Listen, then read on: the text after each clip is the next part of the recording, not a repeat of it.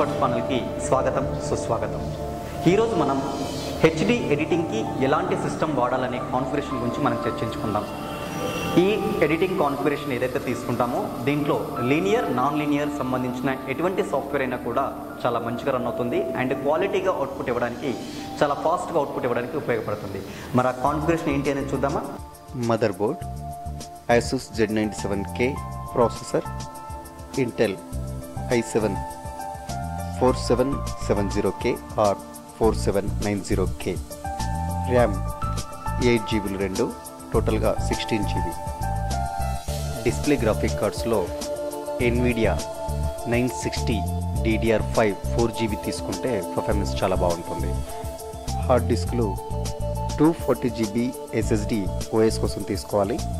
4TB ఒకటి కానీ 2TB 2 కానీ డేటా మరియు వర్కింగ్ కోసం తీసుకోవాల్సి ఉంటుంది.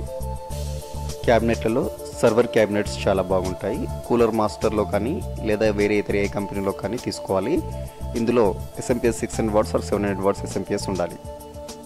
అవుట్పుట్ కోసం DVD రైటర్ కానీ బ్లూరే రైటర్ కానీ తీసుకోవాలి.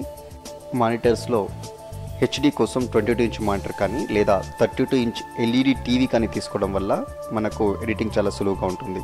వైర్లెస్ కీబోర్డ్ మౌస్ తీసుకోవడం వల్ల మనం దూరంగా ఉండి కూడా వర్క్ చేసుకోవడం వల్ల కంఫర్టబుల్గా ఉంటుంది. చూసారు కదా, ఈ కాన్ఫిగరేషన్ ద్వారా మీరు సిస్టమ్ తీసుకుంటే మీ వర్క్ చాలా ఫాస్ట్గా అవుతుంది.